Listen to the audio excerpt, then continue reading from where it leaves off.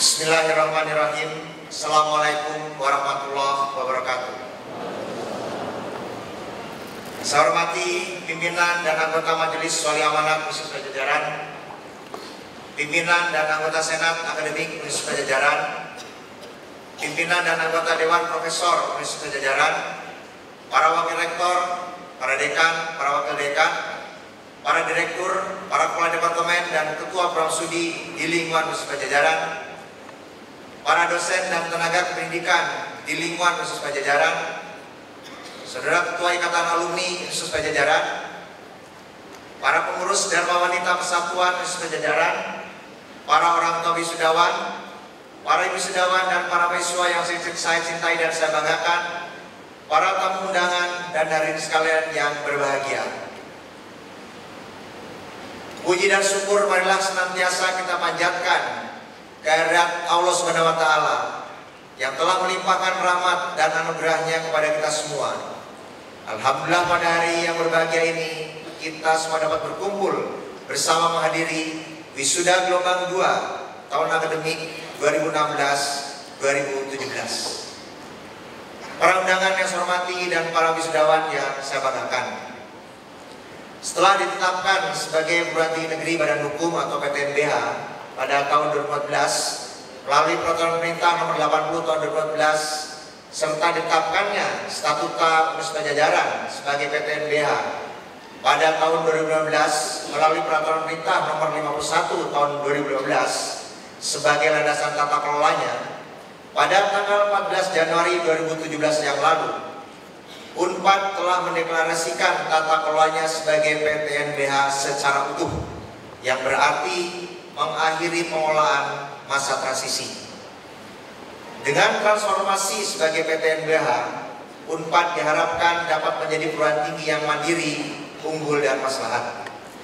Untuk mewujudkan hal tersebut, Unpad harus melakukan berbagai penyesuaian dalam tata kelola organisasi dan mewujudkan reformasi birokrasi, salah satu diantaranya.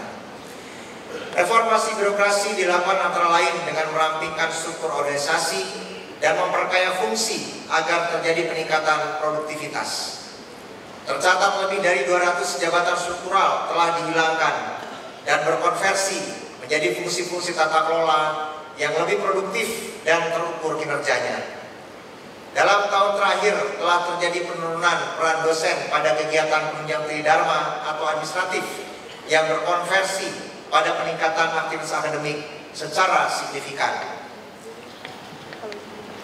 Sebagai konsekuensi menjadi PTNBH yang targetnya adalah membangun kemandirian dan memberikan kemaslahatan, tahun ini dan tahun berikutnya Unpad tetap berkomitmen untuk tidak meningkatkan uang kuliah tunggal. Dengan perbaikan birokrasi ini dan mendorong aktivitas para dosennya, dalam 2 tahun terakhir telah terjadi peningkatan yang signifikan dari publikasi para dosen Unpad pada jurnal internasional berreputasi atau Index Scopus. Di tahun 2014 tercatat 127 publikasi internasional dosen Index Scopus. Di tahun 2015 terjadi peningkatan cukup signifikan, tercatat 205 publikasi internasional Index Scopus, dan pada tahun 2016 tercatat 288 publikasi internasional Index Scopus. Yang berarti pada 2 tahun terakhir ini hampir 500 publikasi internasional Index Scopus menjadi catatan prestasi para dosen yang mendorong ranking publikasi Index Scopus Unpad naik 3 tingkat dari tingkat ke-10 menjadi tingkat atau ranking ke-7. Dalam tahun terakhir ini di 2016 terjadi juga peningkatan jumlah guru besar yang cukup signifikan. Bahkan rata-rata usia pencapaian jabatan guru besar diperoleh pada usia yang lebih muda. Dan pada tahap terakhir menjelang akhir tahun 2017 ini tercatat salah satu profesor dengan usia mendekati 43 tahun.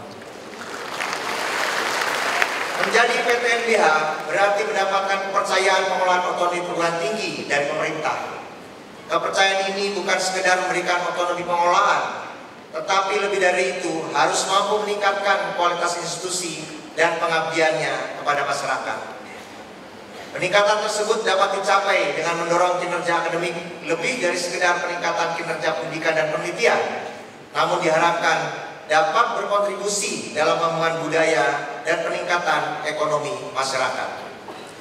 Para undangan yang saya hormati dan para wisudawan yang saya banggakan, dalam sebuah artikel yang ditulis oleh Michael Young pada tahun 2012, seorang presiden dari University of Washington, dikemukakan bahwa inovasi adalah hal yang sangat vital bagi perekonomian Amerika Serikat yang membutuhkan penciptaan lapangan kerja baru dan merupakan mata uang penting di abad ke-21. Sejalan dengan pernyataan itu, saya meyakini bahwa inovasi juga merupakan hal yang sangat penting bagi negara-negara lain di dunia ini. Lebih lanjut, yang menyatakan bahwa para peneliti di perguruan tinggi berperan besar dalam menciptakan terobosan dalam berbagai bidang seperti energi terbarukan, teknologi medis, dan lain-lain.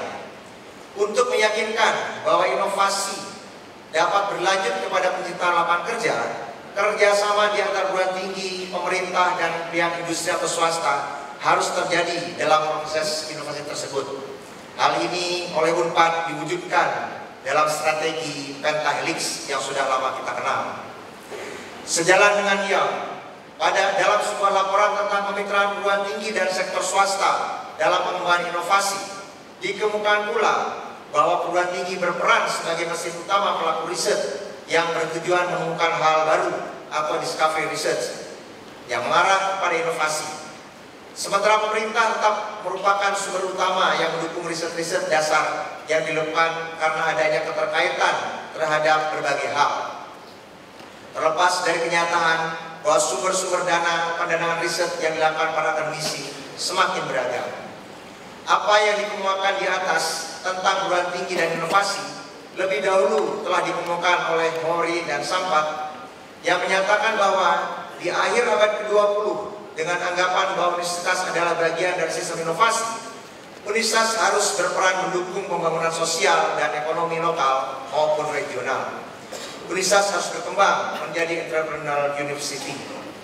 Merespon perkembangan peran perguruan tinggi di tingkat global, dalam rencana strategis Unpad 2015-2019, Unpad menetapkan rencana penguatan kapasitas inovasi dan produk kebijakan yang unggul sebagai bagian dari internal business process.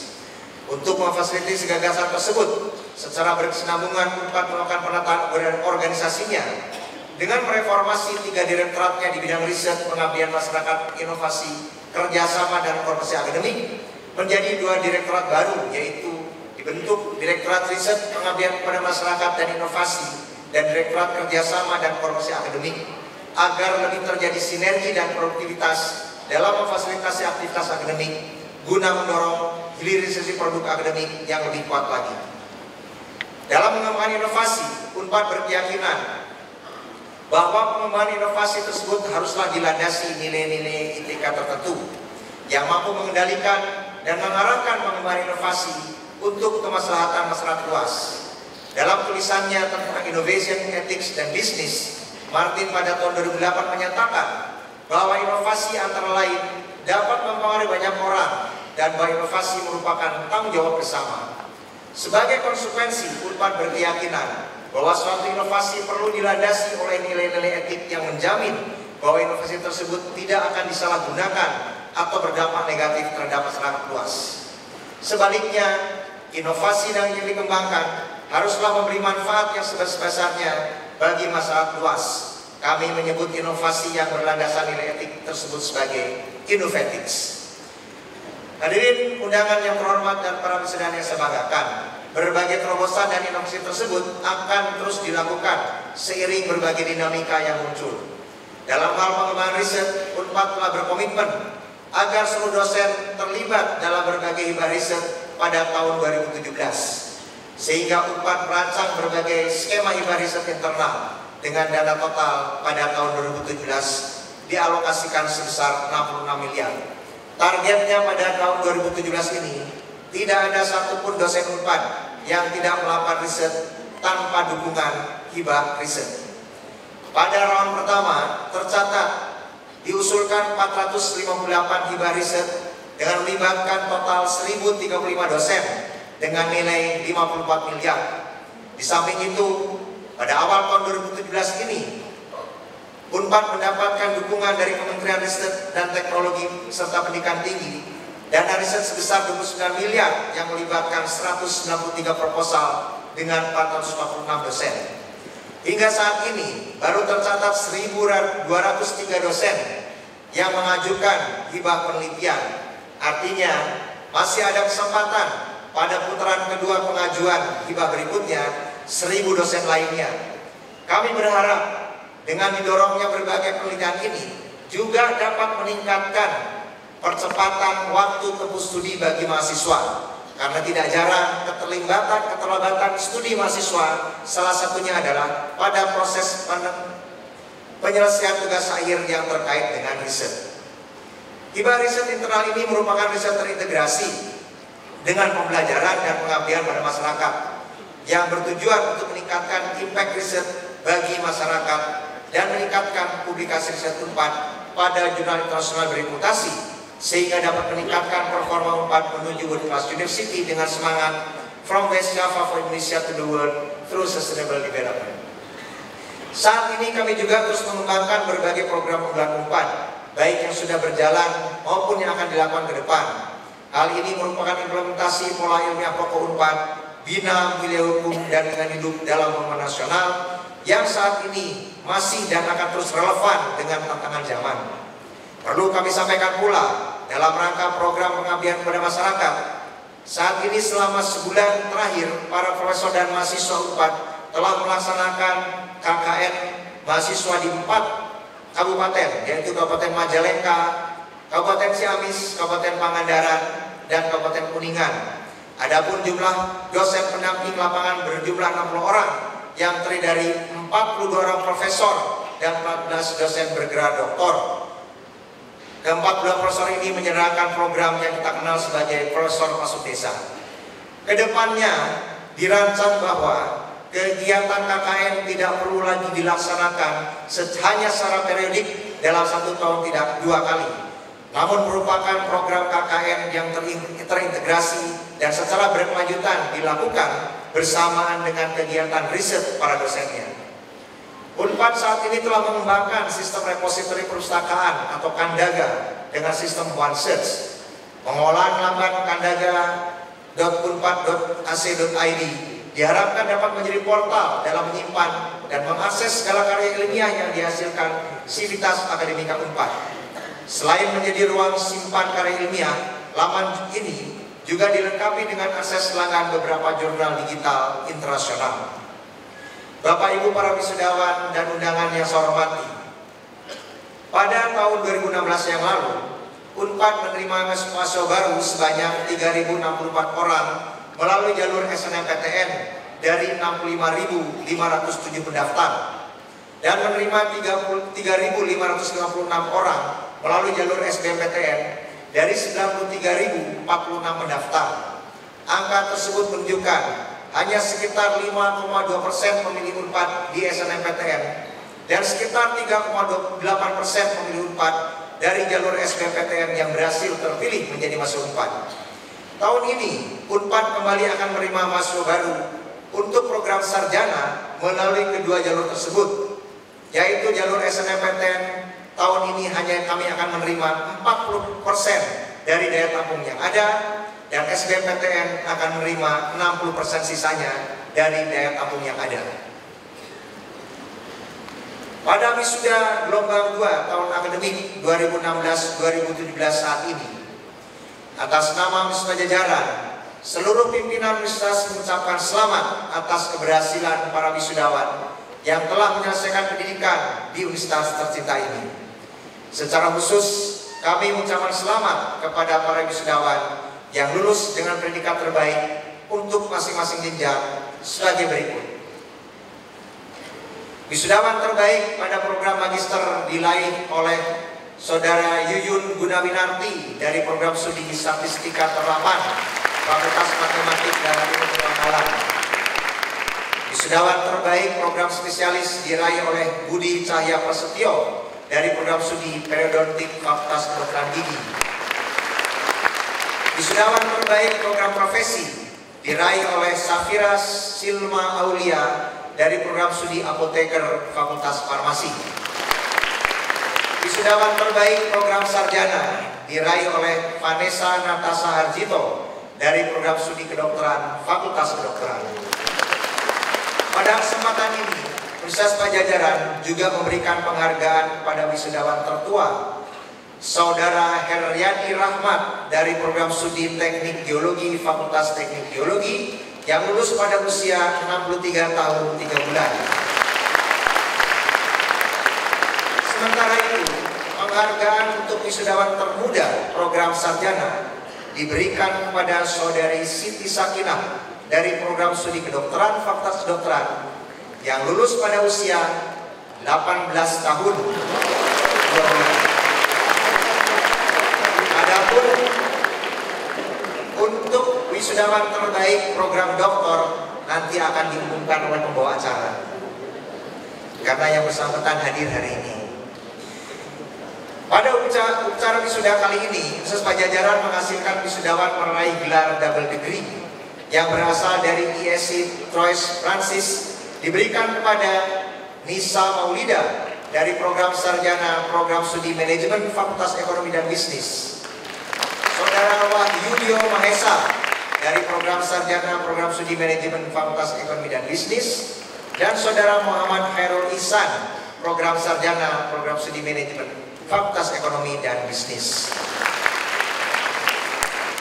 Selain itu, kami juga memberikan penghargaan kepada wisudawan Hasna Nur Syahidah dari program sarjana program studi farmasi Fakultas Farmasi sebagai wisudawan bidik misi yang memiliki artikel di jurnal internasional pada Journal Applied of Pharmaceutical Science tahun 2017 dan berhasil menjadi juara 1 Olimpiade Farmasi pada Farmasi Competition Event tahun 2016. Pada masyarakat yang telah menjadikan Universitas Padjadjaran sebagai perguruan tinggi yang diminati, saya selaku Rektor Universitas Padjadjaran mengucapkan terima kasih atas percaya yang diberikan.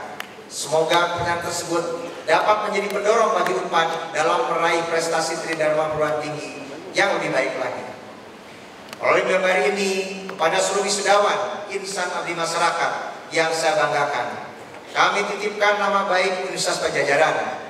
Tetaplah menjalin tali silaturahim dengan alma mater agar kita bersama-sama bahu-membahu mendharma baktikan potensi kita masing-masing untuk kita transformasikan menjadi kemaslahatan bagi bangsa dan negara Indonesia.